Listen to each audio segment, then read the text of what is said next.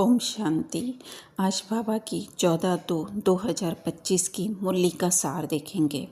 आज की मुरली में बाबा कह रहे हैं, मीठे बच्चे, तुम्हें श्रीमत मिली है कि आत्म अभिमानी बन बाप को याद करो। किसी भी बात में तुम्हें आर्ग्यू नहीं करना है।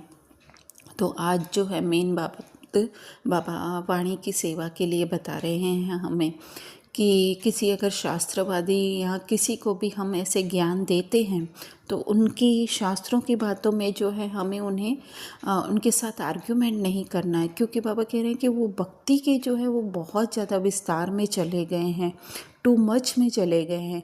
इसीलिए तुम्हें, और तुम लोग तो शास्त्र वगैरह इतने पढ़े हुए नहीं हो, तो इसीलिए जो है वो उनके साथ कोई भी आर्ग्यू नहीं करना है। बस सिर्फ है ना, बाबा कह रहे तुम अपने को आत्मा समझकर और बाप को याद करके और उन्हें कुछ भी समझाएंगे तो अगर उनका बुद्धि का तारा खुलना होगा तो खुल जाएगा। फिर बाबा प्रश्न पूछ रहे हैं, बुद्धि योग स्वच्छ बन बाप से लग सके उसकी युक्ति कौन सी रची हुई है। तो यहाँ पे भी बाबा सेवा के लिए कह रहे हैं कि उत्तर में 7 दिन की भट्ठी, कोई भी नया आता है तो उससे 7 दिन के लिए भट्ठी में बिठाओ, जिससे बुद्धि का कचरा निकले और गुप्त बाप, गुप्त पढ़ाई और गुप्त वर्षे को पहचान सके। अगर ऐसे ही बैठ गए तो मूंझ जाएंगे, समझेंगे कुछ नहीं।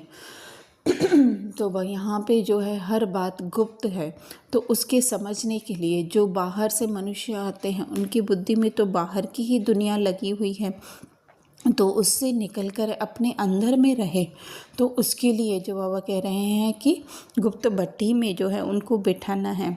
जैसे बाबा के समय पे रिवाज था, लेकिन अभी तो वो है नहीं। यहाँ पे तो सिर्फ वो 7 दिन का कोर्स करके चले जाते हैं, या उसमें भी कभी 1 आध दिन नहीं आते हैं।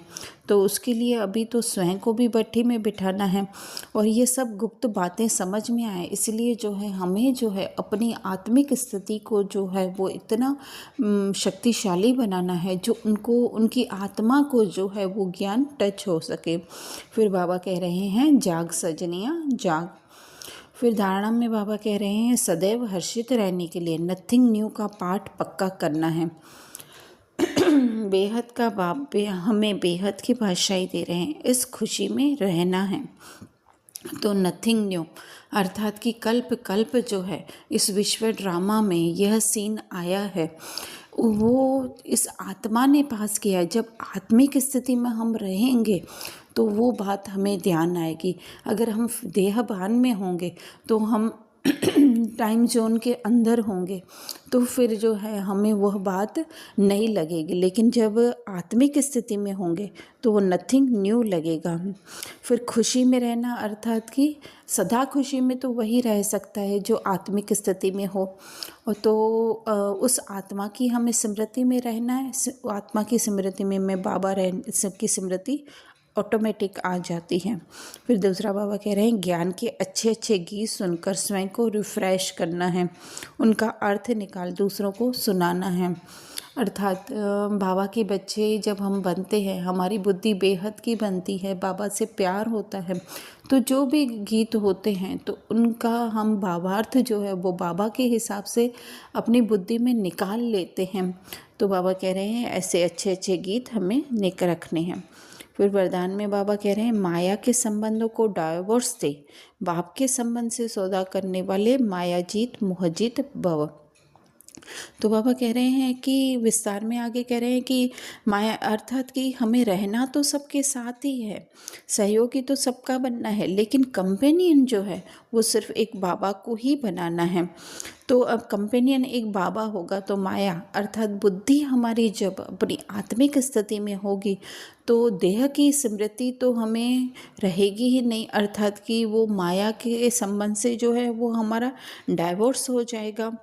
तो बाबा कह रहे हैं, अगर जरा भी किसी में मोह है, जरा भी हमारा बुद्धि जो है वो कहीं पे देहदारियों में या देह में लगा हुआ है, तो फिर जो है हम पुरुषार्थी के तीव्र पुरुषार्थी के बजाय पुरुषार्थी बन जाएंगे। अर्थात कभी हम अपनी आत्मिक स्थिति में रहेंगे तो कभी हम देहभान में रहेंगे।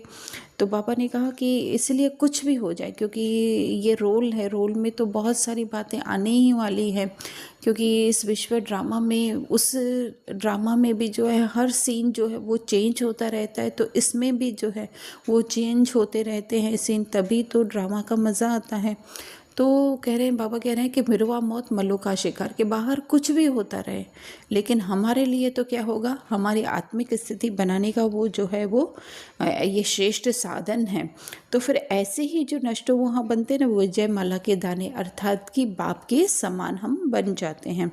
फिर बाबा स्लोगन में कह रहे हैं, सत्यता की विशेषता से डायमंड की चमक को बढ़ाओ। अर्थात आत्मिक स्थिति अपनी जितनी जितनी ज़्यादा होगी तो वो जो है हमारी स्थिति पक्की होती जाएगी, अर्थात उसमें चमक आती जाएगी। अच्छा, ओम शांति।